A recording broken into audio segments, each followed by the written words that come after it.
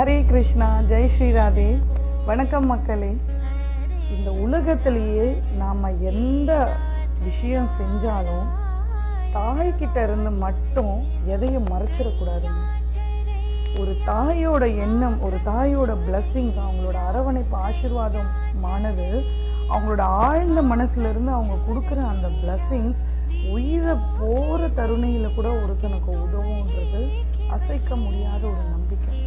மரணிக்கிற தருவாயில இருக்கிறவன்னு மீட்டெடுக்கிற சக்தி அந்த தாய்க்கு மாத்திரம்தான் இருக்கு. இதுக்கு எப்படி அக்னாலஜ்மெண்ட் வேணும்னு கேட்குறீங்களா? பகவத்கீதை மகாபாரத கதையில நம்மளோட துரியோதன கதை தாங்க. துரியோதனன் வீழ்த்தப்பட போறான், நாளைக்கு துரியோதனன் அர்ஜுனன் கொல்ல போறான், பீமர் கொல்ல போறான்னு சொல்லும் போது காந்தாரியோட மனசு பதைக்குதுங்க. எல்லா தாய்க்கும் இருக்கிற ஃபீலிங் தானே. என்னோட வாரிசு அழிய போறதே அப்படின்னு சொல்லி இருக்க ஃபீலிங் தானே.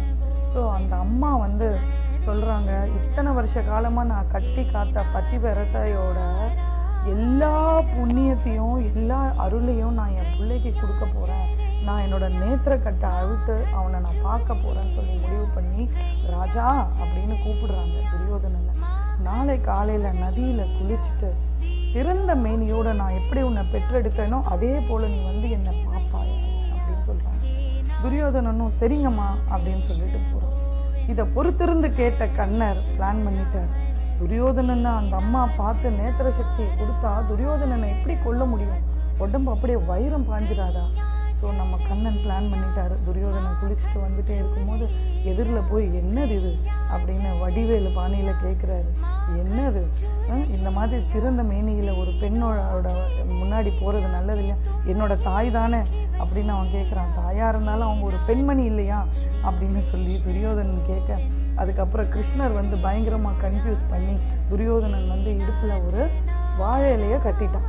அதுக்கப்புறமா அவங்க அம்மா முன்னாடி போய் நிற்கிறான். ராஜா வந்துட்டியா அப்படின்னு அந்த தாய் அந்த பாசத்தோட அந்த கட்டை அவிழ்த்து நெற்றியில அவனோட உச்சந்தலையிலிருந்து உள்ளங்கால் வரைக்கும் அவங்களோட மொத்த நேத்திர சக்தியும் அப்படியே கொடுக்குறாங்க. கொடுத்துட்டே வரும்போது கீழே இடுப்பை பார்க்கும் போது ராஜா தப்பு பண்ணிட்டு அப்படின்றாங்க. ஸோ அவங்க கண் பார்வைப்படாத அந்த இடம் தொடைப்பகுதி ஆனதுல தான் அவனோட உயிர் மிஞ்சி இருக்கு. மீதி இருக்க உடம்புல எல்லாம் வச்சிரம் பாஞ்சு யாரையும் வேற எங்கேயும் அடிச்சு அவனை வீழ்த்தப்பட முடியல. மக்களே, நான் உங்களுக்கு சொல்லிக்க வேண்டிய விஷயம் என்னன்னா, வாழ்க்கையில நாம எந்த தப்பு செஞ்சாலும் நல்லது செஞ்சாலும் எது செஞ்சாலும் தாய்கிட்ட இருந்து நம்ம எதையும் மறைக்க கூடாது.